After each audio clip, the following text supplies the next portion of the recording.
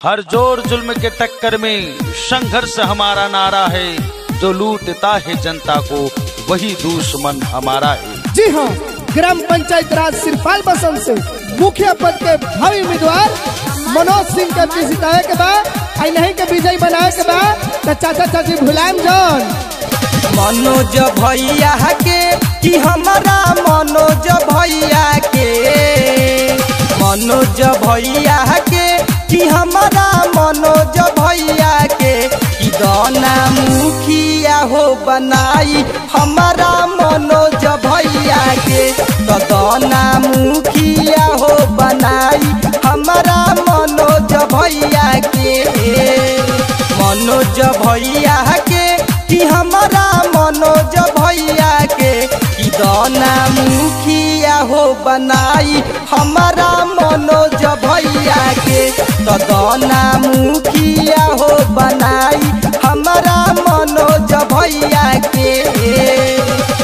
वादा नहीं विकास करेंगे, वादा नहीं विकास करेंगे, जन जन का सम्मान करेंगे। जी हाँ, ग्राम पंचायत राज सिरपाल बसंत से मुखिया पद के सुजोग कर्मठ एवं समाज सेवी उम्मीदवार मनोज सिंह का जिताए के बाद और इन्हीं के मुखिया बनाए के बाद ढेर लोग ठगल बाकी अब न ठगई है, सोची समझ के चाची बटम दबाई है। अब किर मनोज भैया के जिताए के बाद ढेर लोग ठगल बाकी अब न ठगई है, सोची समझ के चाची बटम दबाई है।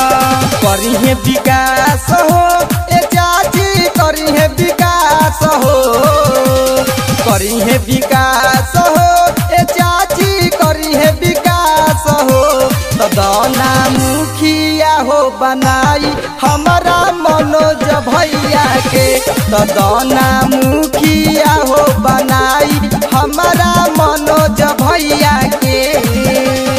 अर्जी हमार बा मर्जी बराउर, अर्जी हमार बा मर्जी बराउर, नीमन मुखिया ना चुने तो चुना जाए बाउर, तो कहम फिर 5 साल आउर, 5 साल के मौका दूसरा कोई के नहीं देवे के। नया होवे भैया हमार दिहा तू ध्यान हो, जीते से पहले पहले गौआ के काम हो। जय बा विजय बा मनोज सिंह के जिताए बा। नया होवे भैया हमार दिहा तू ध्यान हो, जीते से पहले पहले गौआ के काम हो।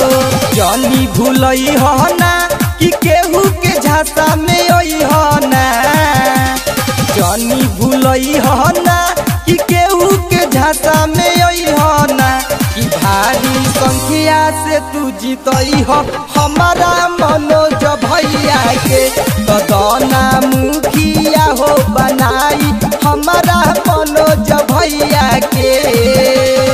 जितना दम है लगा दो, जितना दम है लगा दो, कुछ लोगों को मैं जगाता हूँ, कुछ लोगों को तुम जगा दो। जी हाँ, ग्राम पंचायत राज सिरपाल बसंत से मुखिया पद के भावी उम्मीदवार मनोज सिंह के जिताए के बाद अब मुखिया पद पर विराजमान करे के बाद विक्रम बुधन कहे झांसा में नई है, शशिकांत सने ही के बतिया जन भुलाई है। क्यों परे हो चक्कर में जब कोई नहीं है टक्कर में। विक्रम बुधन कहे झांसा में नई है, शशिकांत सने ही के बतिया जन भुलाई है। पैसा पबी कोई हो ना कि चाचा दारू पबी कोई हो ना, पैसा पबी कोई हो ना ए चाचा दारू पलो भई हो ना, तो भारी संख्या से तू जीतई हो हमारा मनोज भैया के, तो दाना मुखिया हो बनाई हमारा मनोज भैया के।